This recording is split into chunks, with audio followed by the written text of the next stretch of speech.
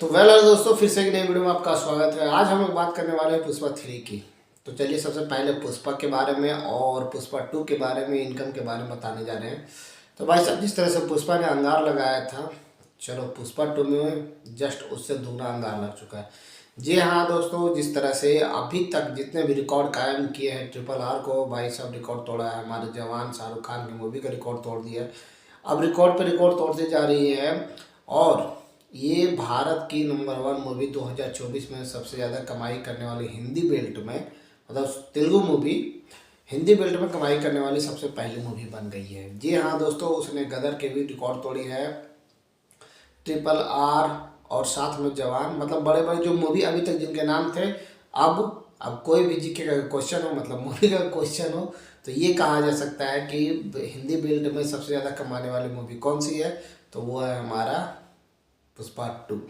तो भाई साहब, पुष्पा 2 जिस तरह से आगाज दिया, अंजाम बहुत ही खतरनाक हुआ है। हालांकि पुष्पा 2 जो भी मूवी देखे होंगे तो सारी अधूरी कहानी रह गई है और पुष्पा 3 के लिए छोड़ दिया गया है। तो बस उसी का मूवी के बारे में बता रहे हैं। जैसे कि पुष्पा 3 जो है, लोग ये भी बता रहे हैं कि भाई साहब जो है ना, ये लगभग 5 या 6 महीने में पुष्पा 3 रिलीज कर दी जाएगी। हालांकि जब ट्रेलर रिलीज हुआ था तो ट्रेलर में पुष्पा 2 को दिखाया गया था, जिस तरह जो जो सीन दिखाया गया था वो पुष्पा 2 मूवी में नहीं दिखाया गया, जिसके कारण से लोग ये भी क्यास लगा रहे हैं कि पुष्पा 3 में क्या हो सकता है। तो चलिए विशेष जानकारी देने वाला कि क्या हो सकता है। जैसे कि अभी आपने देखा कि भैरव सिंह शेखावत, जो भैरव सिंह शेखावत है, वो भाई साहब आग लगा कर उसमें मरा या नहीं मरा, ये कहानी तो बचा करके रखा।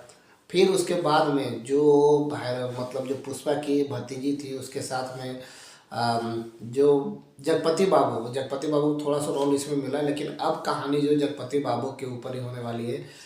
तो मैं कहानी में क्या ये लगा सकता हूँ कि जिस तरह से पुष्पा छोटी से काम, मतलब छोटा सा स्टार्ट किया था लेबर ग्रेड से, और धीरे धीरे अपना एटीट्यूड बदल के CM तक को बदल दिया। तो ये हो सकता है कि जगपति बाबू जो विलेन का रोल इसमें किए हुए हैं पुष्पा 2 में, अभी तो पुष्पा 2 में भैरव सिंह शेखावत से ज़्यादातर टक्कर हुआ था, लेकिन जो लास्ट सीन में मतलब 10 से 15 मिनट के जो जगपति बाबू से जो मुलाकात हुई है, मतलब ये विलेन पुष्पा 3 में निकल करके आने वाले हैं। हालांकि पुष्पा 3 में कौन कौन विलेन आने वाले हैं ये तो भाई साहब बाद में पता चलेगा। हालांकि पुष्पा 3 के अंदर आपको ये देखने को मिल सकता है कि जगपति बाबू अब पुष्पा को टारगेट करेंगे। अब एक विलेन था और हमारा भैरव सिंह शेखावत, ये भी विलेन है।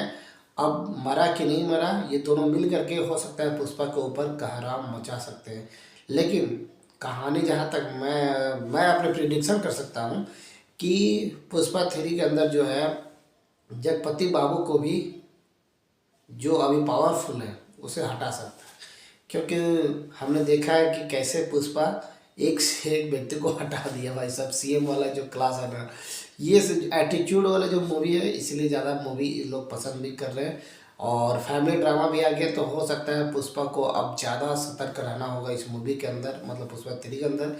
क्योंकि फैमिली जो उसका भाई जो अलग अलग था वो अब साथ में हो गया है, तो फैमिली बहुत बड़ी हो गई है, जिसकी जिम्मेवारी पुष्पा पर अब बहुत ज़्यादा हो गई है।